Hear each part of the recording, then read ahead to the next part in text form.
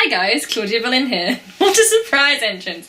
I'm really happy today because it's sunny and bright. We're in the middle of a heat wave here in the UK, in Kent. Sorry for any background noise, all the neighbours are out, everyone's enjoying the sunshine, and so am I, I'm in sunny yellow. So today's video is going to be a very short review, or basically me telling you to buy this book. So this is a Target novelisation of Doctor Who Rose by Russell T Davies. I really am that unfit that my heart is racing from jumping into the screen. Can you imagine being that unfit, friends? Right, so let me put this a little bit closer to you. This is the cover. As you can see, I've annotated my favourite bits so that I can share some of them with you, but I don't want to spoil too much because this is something you're going to want to read yourself. So as you can probably tell, I'm going to tell you anyway, this is a novelisation by Russell T Davies of the very first episode of Doctor Who New Who, back in 2005, Rose. So you know, the one with the Autons and Rose meeting Nine. So the reason I really wanted to read this is that Russell T Davies is one of my favourite writers, and I've not ever read his fiction before. He's a TV writer, so he writes scripts and television shows, and you know how I feel about the Russell T Davies era of Doctor Who. It changed my life, it made me a happier, kinder person, and made me feel happy about being bisexual and biracial and just being me, and made me want to be kinder to people, and made me feel like, you know what, I should be more brave and stand up for things that I believe in. So I was so interested to read how Russell T Davies writes and his interpretation of the novel.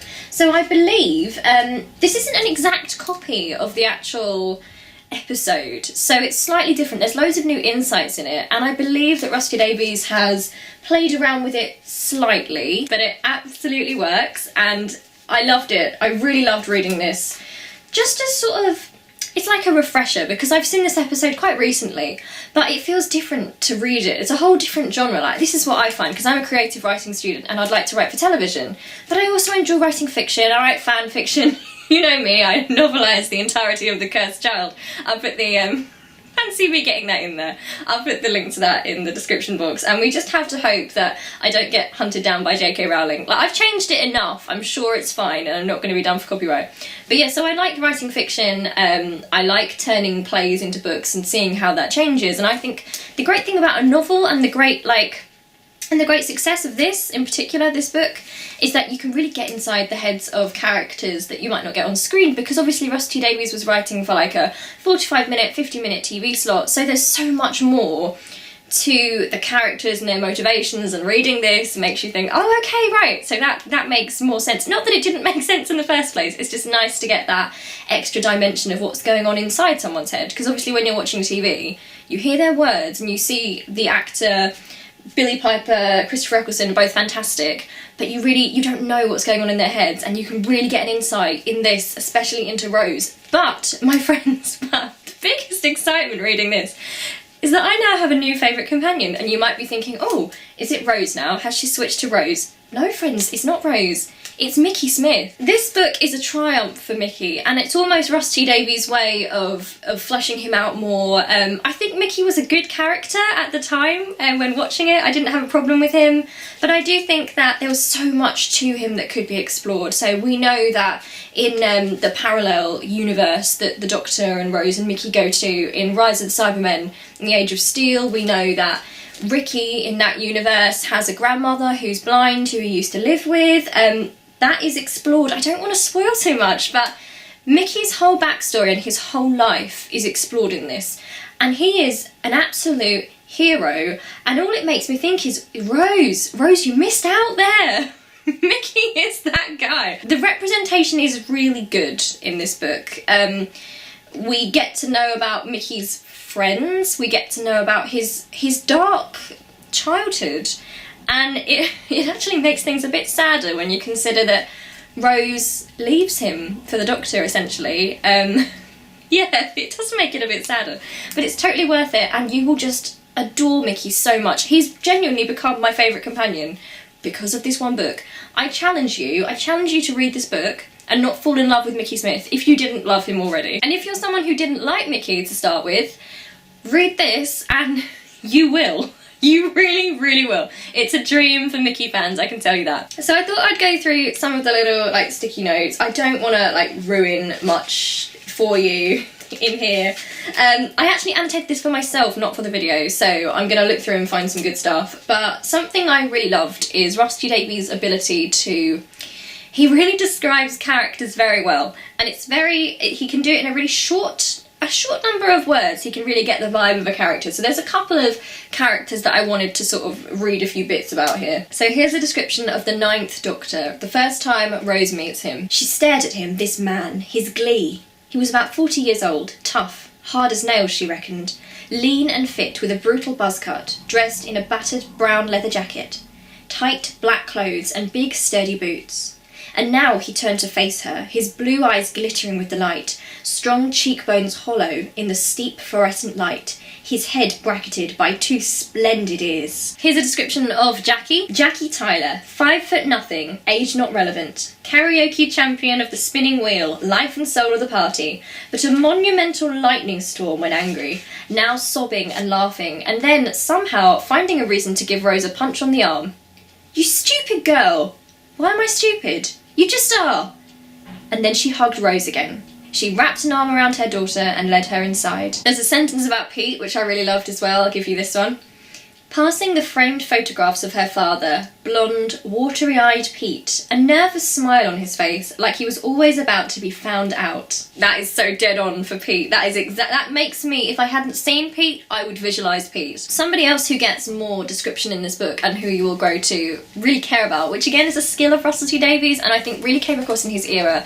Every person was important in his era, and they had a family and they had a life, and they felt so alive, and you cared for them even if you only saw them fleetingly.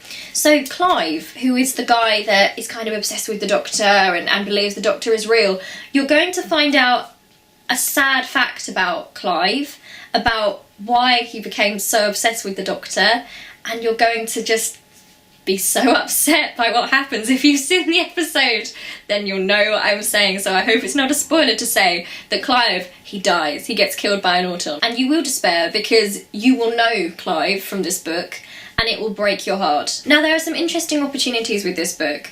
Now that we're further on in Doctor Who history, or the future of Doctor Who, when this was written, the original episode, obviously we were on the 9th Doctor, and now we are on the 12th, and we're just about to go on adventures with the 13th, which I can't wait for. And this gives Rusty Davies a lot of stuff to play with. So for example, there's a bit I really enjoyed in this book where Rose goes to see Clive, and Clive has got his shed full of all stuff about the Doctor, as we saw in the episode. But Rusty Davies has been able to sort of play around with that and look ahead. So we might have a couple of future incarnations of the Doctor popping up in that shed. And we also might have even more future Doctors that we don't know about yet. Rusty Davies' vision for potential new Doctors. Or are they? I don't know. But that was really exciting. So as always, the representation is pretty good. It's actually much better than it was at the time, because I think in 2005, Rusty Davies was known for being good with representation and being quite progressive, but obviously we've moved forward now and it's 2018. So it kind of goes a step further, and it gives us that 2018 insight into characters. There are issues which have only really come to the forefront of stuff now, which are referenced in this book. It does feel like a new experience, and it's something I love about Russell T Davies, is that he is progressive and he does want to represent people, and this book does a really, really good job. I've kind of become obsessed with Mickey's friends. Once you read it, you'll understand what I'm saying.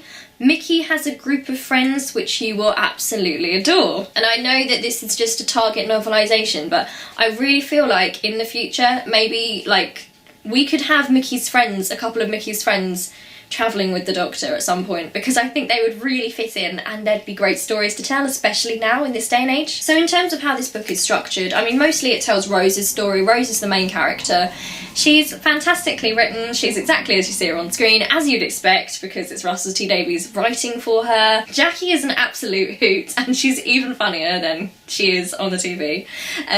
I know that Rusty Davies has been bashed for, I think people called his style of writing like almost soap-like, but you know me, I love soap so much, like British soap operas. And I think they're so human, and they focus on family relationships, and they are funny, they are darkly funny, and Rusty Davies has a skill of finding humour, really dark humour in a way, in those family interactions that we all have. Can I just say as well how exciting it is to read this and read about Rose's thoughts when she was 19, before she met the Ninth Doctor, when you read her low self-esteem and you read about how she felt like she was never going anywhere and how this ex-boyfriend that she'd had treated her really badly, she thought she wouldn't amount to anything. When you know the journey that Rose is going to go on, it's so exciting to read. It's even more brilliant with the benefit of foresight. The Ninth Doctor is fun and he's warm and he's also quite vulnerable. And, you know, I'm a huge fan of the Ninth Doctor anyway. I think he was fantastic. I started watching Doctor Who with the 10th Doctor and then I went back and watched other Doctors. So I went back and I watched all the Ninth Doctor's era, and I really feel like this is he's quite damaged. He's damaged and he's vulnerable, but he's kind and he cares about people, and you can tell that this is a Doctor who's come from the Time War.